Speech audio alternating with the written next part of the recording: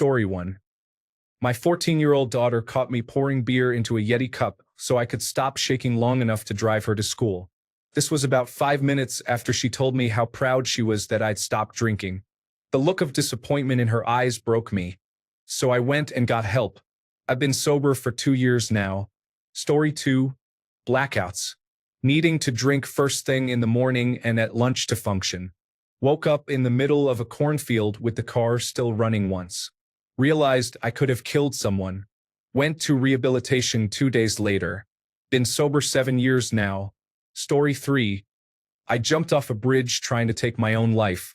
I barely survived, ironically because I was drunk, but I had plenty of bed rest to come to terms with the fact that drinking was ruining and almost ended my life. 5 years clean and sober this year. Story 4. I had a withdrawal seizure. This is shockingly common. The neurologist I saw afterward said alcohol withdrawal seizure patients are half the seizure patients he sees. They have to get a sign-off to drive again in many cases. I was surprised, and he said, "Yeah, epileptic patients are only a fraction." I purposely talk about this because nobody does. Maybe nobody does out of embarrassment, but alcoholism is one mistake I'm trying to own, without being preachy, of course. Side note, I worked in liquor stores for 15 years, so I have seen it ruin people's lives many times over. Booze-free going on 9 years now. Story 5. Because I was tired of the routine of being booked into jail, I was tired of who I was. But most of all, I was tired of the family cycle and needed to break that mold. Now my daughters have no idea what it's like to live with an alcoholic, and I absolutely love that for them. 14 years sober. Story 6. There's just no enjoyment in it anymore. Whenever I drink, it spikes my blood pressure, I get a headache, and then feel like crap the next day. So whatever momentary buzz I might get isn't worth the entire day lost in misery. Story 7. I saw a video about a guy who gave up drinking, and the thing that he said that stuck with me was that drinking makes everything more entertaining, which means you kind of stop doing things because now everything is entertaining. You end up doing less and less because you no longer need to go out doing stuff. That kind of got me. Story 8. I hate being hungover. I sleep poorly. I wake up feeling miserable. My motivation is gone to do anything. I will skip the gym and eat poorly. I also act like a fool sometimes. I am 34. There is a point when you have to stop acting like a college fraternity boy that continually gets drunk. It's a turn-off for most women, and I am single. That being said, I will still drink maybe once a month, but just keep it in moderation. I will still have a crazy night every so often, but only for special events where everyone might be getting drunk.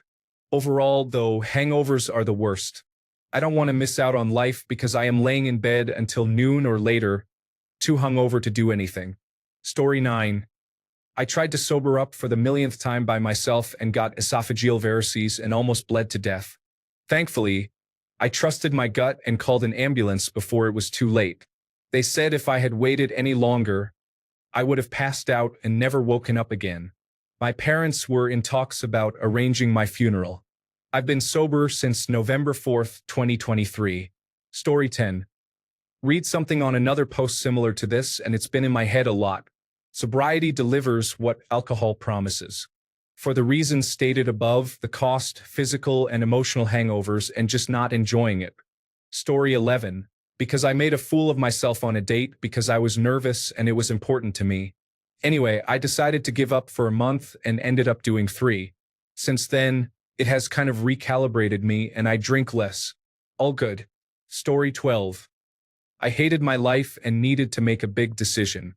I needed to know if I was unhappy in my marriage or unhappy because of addiction. I quit for 6 months. Turns out it was both. I am 7 years sober and 6 years divorced. Doing okay-ish. Story 13. This wasn't me, but my wife. She has family members who are alcoholics, and I saw the signs. Ultimately, it took her recognizing that it was a problem and wanting to be sober for our kids. She's been sober for a year now, and we couldn't be prouder. Story 14. Realized it wasn't doing anything for me when I drank alone. I'm not dry per se. I'll occasionally have a beer with friends or after a stressful day. But no more getting drunk on my own. Story 15. I was sober for 9 months, and then got back to drinking occasionally, but I just can't handle the feeling of wanting to kill myself for a week after drinking. Alcohol triggers massive emotional despair in me. Story 16. I needed to because I started antidepressants. I didn't realize until after I stopped that I was indeed an alcoholic. Definitely helped my depression clear up. I've tried to drink a couple of times since then, like a glass of wine at dinner while on my honeymoon. I felt so sick even after one that I just totally avoid it now. Story 17. Alcohol locked away who I truly am and brought out a version that was short-tempered and mean, speaking all the thoughts I wasn't dealing with in return for drinking. So I got sober, dealt with the things I was running from, and here we are. Never made a better choice in my life. Story 18.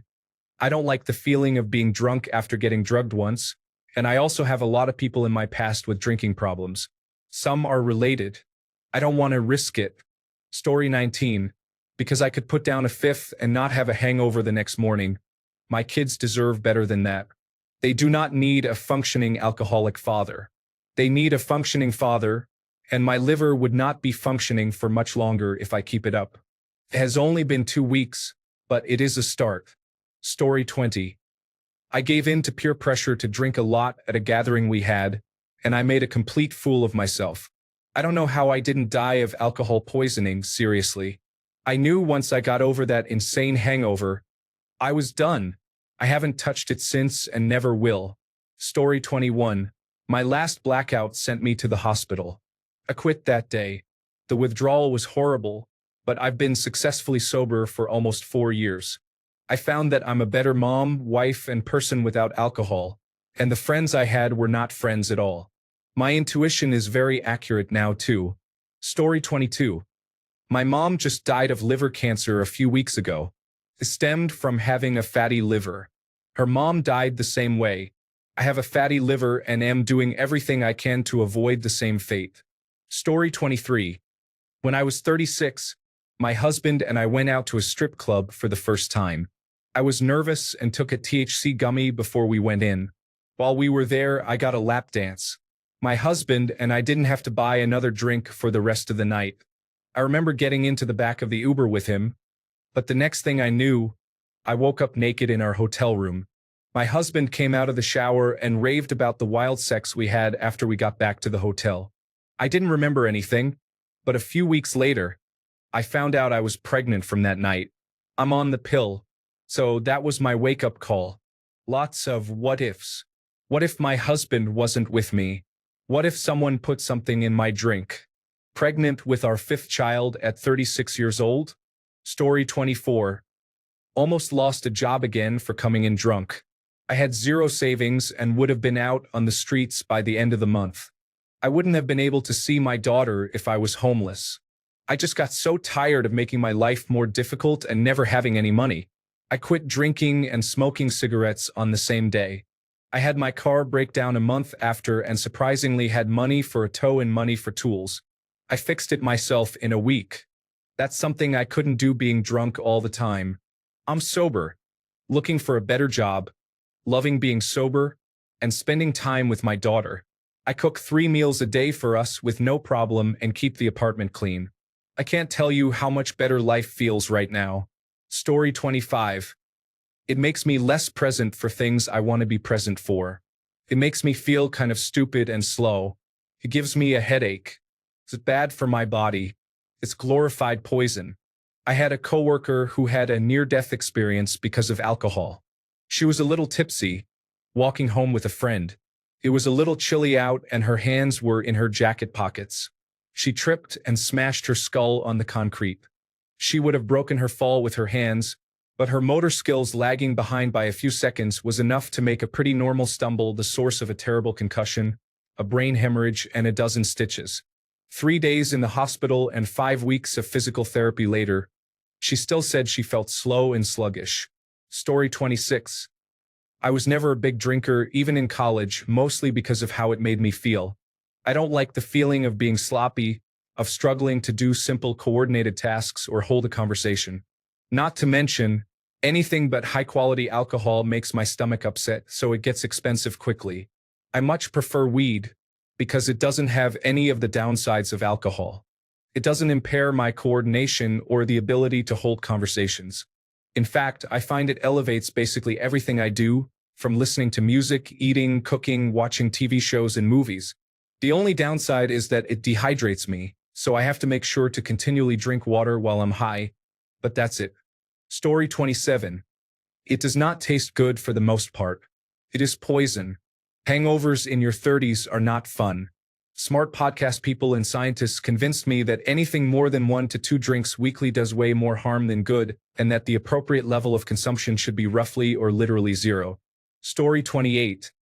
I was drinking since I woke up for about 2 months straight. I maintained a buzz, not getting heavily intoxicated, kept it under the radar, and my wife and family did not notice. I could work with good results.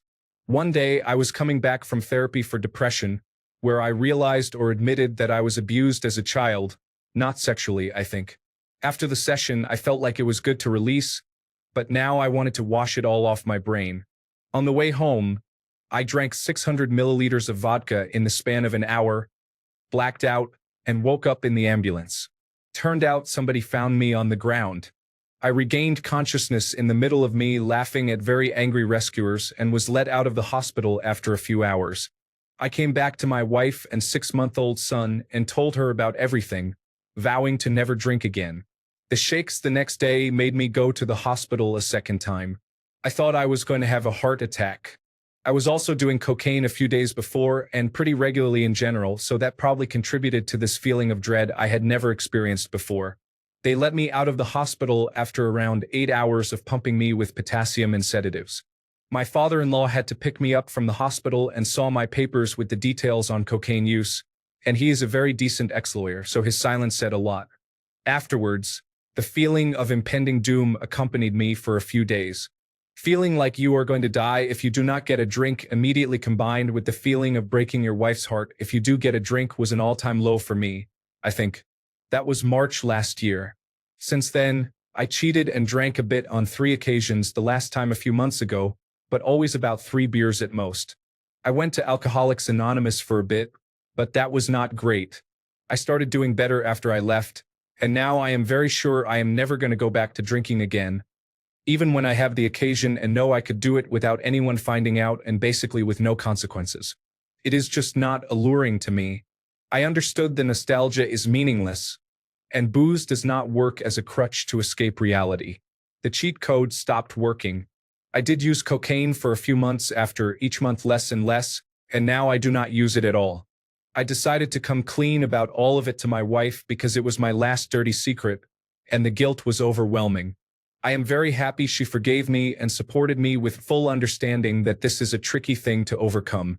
Somehow I managed, and I am lucky enough not to be sinking into depression after quitting cocaine, like so many friends did. Being completely yourself and feeling the safest when sober is something I had to work for, but it was worth it thanks to my family and therapist and probably to some degree the fact that a few months ago I finally checked myself for attention deficit hyperactivity disorder and the psychiatrist had no doubts, giving me a safe dosage of methylphenidate, which is a nice little help I do not have to take on a daily basis. It is a great feeling when you are just in the moment, being your clean self, and you feel good, not even analyzing it. You just realize it afterward like, hey, today was an awesome day, and we shared so many laughs with my son and wife, and it just happened naturally, no effort. It is really soothing. It was probably a very bad idea to write this from my account. Story 29. Because my life had become utterly and completely unmanageable, even though on paper it looked like I had everything together. While my life is substantially better now, I know that the only thing between me and utter chaos is a single drink. I was born with and will die with the ism inside me. All it takes is adding alcohol to unmanaged character defects, and the alcoholism comes roaring back. Story 30. I woke up behind the wheel of my van parked in my garage, still buckled, and the van was shut off. I don't remember how I got there. I haven't touched a drop since. Story 31. Messes with my sleep, my body, and everything else basically. It just doesn't benefit me anymore. Decided it's a waste of time and health to keep drinking. I also like myself better when sober. Not completely sober yet, but on my journey to stop it completely. Story 32. I've realized that on a scale of bad to good, alcohol is at best neutral. It causes too many issues and is abused too easily. I've been sober for my 6th year now and haven't put my mouth to alcohol since 2019.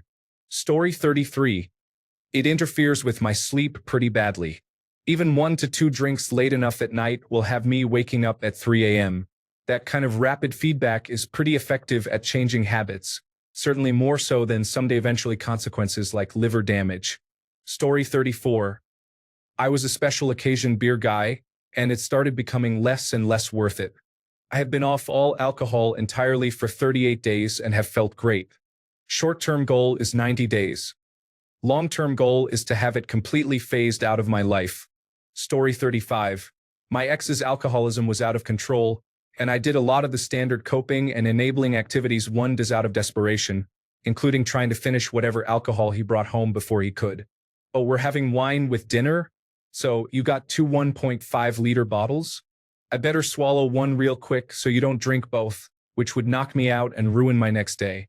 It was exhausting, and I'm not an alcoholic, so it took dedication. I burned out.